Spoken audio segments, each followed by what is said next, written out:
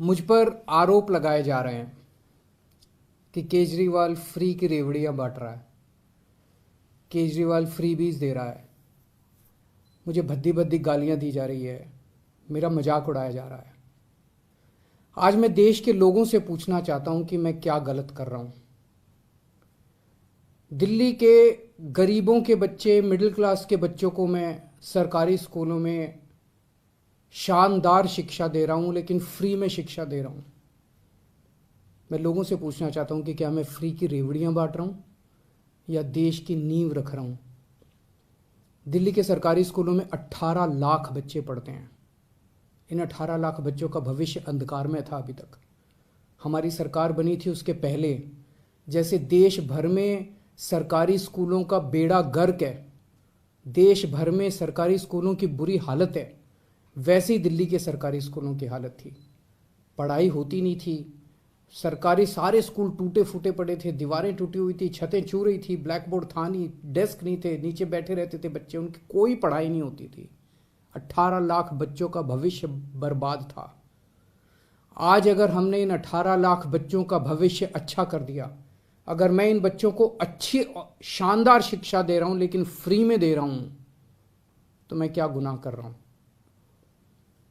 सरकारी स्कूलों में पहली बार आजादी के बाद से पहली बार 75 साल में पहली बार 99% से ज्यादा नतीजे आए हैं।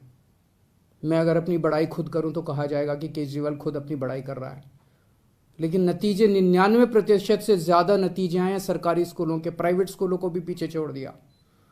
पिछले कुछ सालों में 4 लाख बच्चों ने दिल्ली के प्राइवेट स्कूलों से नाम कटा के सरकारी स्कूलों में भर्ती हुए हैं। ये कोई छोटी बात नहीं है। आज गरीबों के बच्चे आईआईटी के अंदर कंप्यूटर, मैकेनिकल इंजीनियरिंग की पढ़ाई पढ़ रहे हैं, नीट के पेपर पास करके डॉक्टरी की पढ़ाई पढ़ रहे हैं। एक लड़का है गगन, उसके पिताजी कार्डबोर्ड बनाने, गत्ते के डिब्बे बनाने की फैक्ट्री में मजदूरी का काम करते हैं। कोरोना में वो नौकरी भी छूट गई, 15,000 रुपये महीने कमाया करते थे। आज गगन का एडमिशन आईआईटी धनबाद में कंप्यूटर इंजीनियरिंग में हुआ है। उससे पूछ के देखिए कि क्या केजरीवाल फ्री की रेवड़ियां बांट रहा है या देश का भविष्य बना रहा है। ऐसे हजारों बच्चे हैं जिनका भविष्य आज सुनहरा किया हम लोगों ने। यह काम 1947 में हो जाना चाहिए था, यह काम 1950 में हो जाना चाहिए था, जो आज हम कर रहे हैं। आज हम लोग देश की नींव रख रहे हैं। ये रेवड़ी नहीं है, ये देश की नींव के में एक एक ईंट रख रहे हैं हम लोग। आज दिल्ली के सरकारी अस्पताल हमने शानदार कर दिए। दिल्ली में शानदार मोहल्ला क्लिनिक बना दिए जिनकी चर्चा पूरी दुनिया में हो रही है। पूरी दुनिया के अंदर दिल्ली एक वो चुनिंदा शहर है जहां पे दिल्ली की 2 करोड़ जनसंख्या, एक एक आदमी का इलाज मुफ्त है।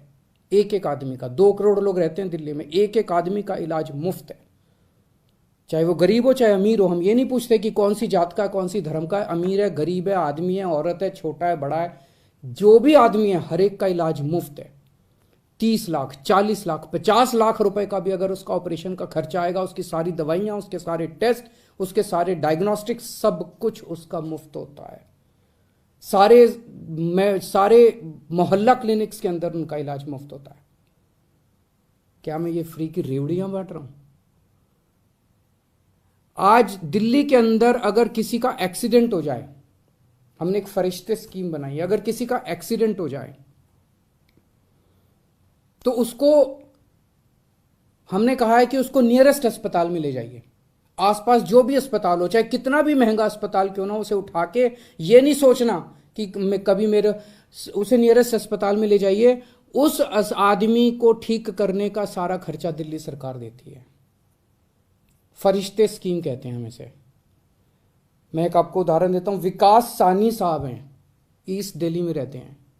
अपने घर से निकले मार्केट के लिए, रास्ते में एक्सीडेंट हो गया। भगवान की कृपा थी कि उधर से अंतुल कोहली जी गुजर रहे थे, उन्होंने उनको उठाया और वो उनको अस्पताल ले गए। उस छोटे अस्पताल ने उनको फोर्टिस में रेफर कर दिया क्योंकि चोट बड़ी गहरी थी। फोर्टिस अस्पताल में उनका 5 लाख रुपए का खर्चा आया। सारा खर्चा दिल्ली सरकार ने दिया। 13,000 से ज्यादा लोगों की जान बचा चुके हैं अभी तक हम। इन 13,000 लोगों के परिवार वालों से पूछिए कि क्या केजरीवाल फ्री की रेवड़ियां बांट रहा है या पुण्य का काम कर रहा है, धर्म का काम कर रहा है। आज दिल्ली के एक एक परिवार को हम फ्री बिजली दे रहे हैं, 200 यूनिट बिजली फ्री दे रहे हैं। पंजाब में हमने 300 यूनिट बिजली फ्री देनी चालू की है। ये कहते हैं केजरीवाल फ्री में बिजली क्यों दे रहा है। मैं इनसे पूछना चाहता हूं, तुम्हारे मंत्रियों को कितनी फ्री में बिजली मिलती है? तुम्हारे मंत्रियों को 4-4, 5-5 हजार यूनिट, तुम लोगों को 4-4, 5-5 हजार यूनिट बिजली फ्री मिलती है, तब ठीक है। लेकिन गरीब जनता को अगर मैंने 200 यूनिट, 300 यूनिट बिजली फ्री दे दी तो तुम्हें बड़ी तकलीफ होती है। आज दिल्ली के अंदर हमने फ्री में लोगों को योगा कराना चालू किया। 17,000 लोग दिल्ली में, हम उनको फ्री में टीचर भेजते हैं। रोज सुबह हमारे 500 से ज्यादा टीचर फ्री में जगह जगह लोगों को योगा कराने जाते हैं। हमने दिल्ली में सबकी दवाइयां सब कुछ फ्री कर दिया, टेस्ट फ्री कर दिए, इलाज फ्री कर दिया। लेकिन हमारा मकसद है कि कोई बीमारी नहीं पड़ना चाहिए, उनको योगा सिखाते हैं हम लोग। 17,000 लोगों को हम योगा सिखा रहे हैं, डेली फ्री में योगा टीचर भेज रहे हैं। बताइए क्या गलत कर रहे हैं? आज मैं दिल्ली में हजारों लोगों को फ्री में यात्रा करा चुका, हजारों बुजुर्गों को, लगभग 45,000 से ज्यादा बुजुर्ग ये तीर्थ यात्रा कर चुके हैं। अयोध्या जी गए, हरिद्वार ऋषिकेश गए, मथुरा वृंदावन गए, शिरडी बाबा गए, रामेश्वरम जी गए, पुरी जी गए, पता नहीं कहाँ कहाँ हम लोगों ने उनको फ्री में तीर्थ यात्रा कराई है। तीर्थ यात्रा कराने का तो पुण्य होता है। और ये लोग कह रहे हैं कि ये लोग मुझे गालियां दे रहे हैं, कह रहे हैं केजरीवाल फ्री में रेवड़ी बांट रहा है। आज महिलाओं को हम दिल्ली में फ्री में ट्रांसपोर्ट, फ्री में उनको हम बसों में ट्रांसपोर्ट दे रहे हैं। मेरा क्या कसूर है? जो लोग मेरे को गालियां दे रहे हैं उन्होंने हजारों करोड़ रुपए खर्च करके अपने लिए प्राइवेट प्लेन खरीदा है। हजारों करोड़ रुपए खर्च करके अपने लिए शानदार हवाई जहाज खरीदे हैं इन्होंने। केजरीवाल अपने लिए हवाई जहाज नहीं खरीदता। केजरीवाल अपनी माँ बहनों का सफर, उस पैसे को बचा के माँ बहनों का सफर फ्री करता है। बताइए केजरीवाल क्या गलत कर रहा है? पढ़ा लिखा हूं मैं, इंजीनियरिंग में डिग्री करी है, मैंने अकाउंटिंग की भी पढ़ाई करी है, कानून की भी पढ़ाई करी है, और असली डिग्री है मेरी, डिग्री भी फर्जी नहीं है। सब कुछ समझता हूं। आज इतनी चीजें फ्री करने के बाद भी दिल्ली का बजट फायदे में चल रहा है। ये मैं नहीं कह रहा, अभी थोड़े दिन पहले सीएजी की रिपोर्ट आई है, और सीएजी की रिपोर्ट ने कहा है कि 2015 के बाद से, जब से केजरीवाल की सरकार आई है, तब से दिल्ली का बजट नफे में चलने लगा, उसके पहले घाटे में चलता था।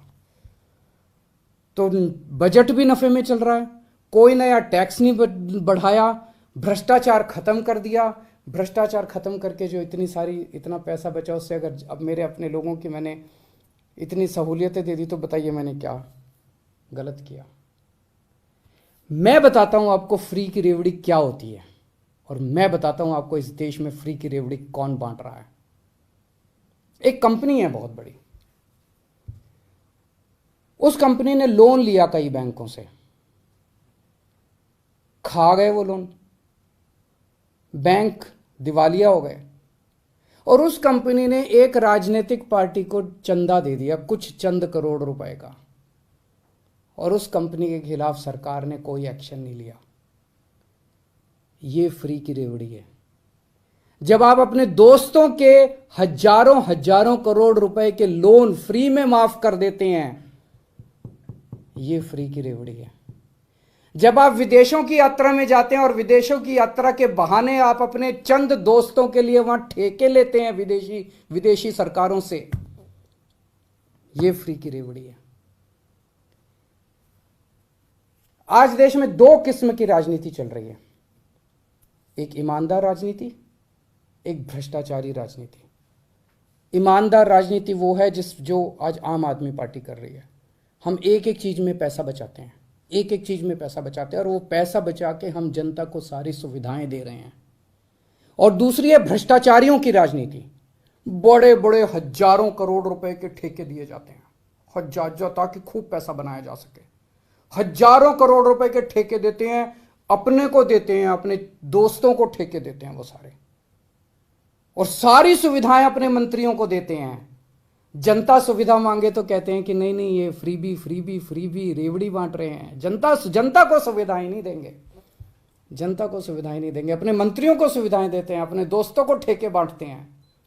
ये भ्रष्टाचार की राजनीति है। आज जनता को तय करना है, देश को आज मैं पूछना चाहता हूं, जनता को तय करना है, ईमानदारी की राजनीति चाहिए कि भ्रष्टाचार की राजनीति चाहिए। मैं भारत को नंबर 1 बनाना चाहता हूं।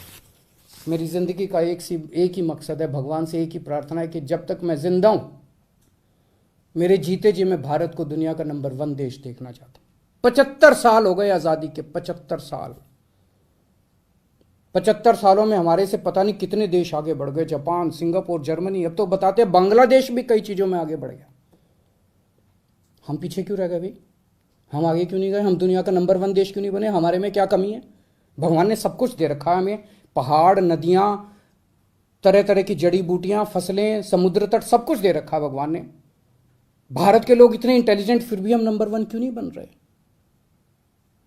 तो हमारा मकसद है दुनिया का नंबर 1 देश बनाना दे भारत को।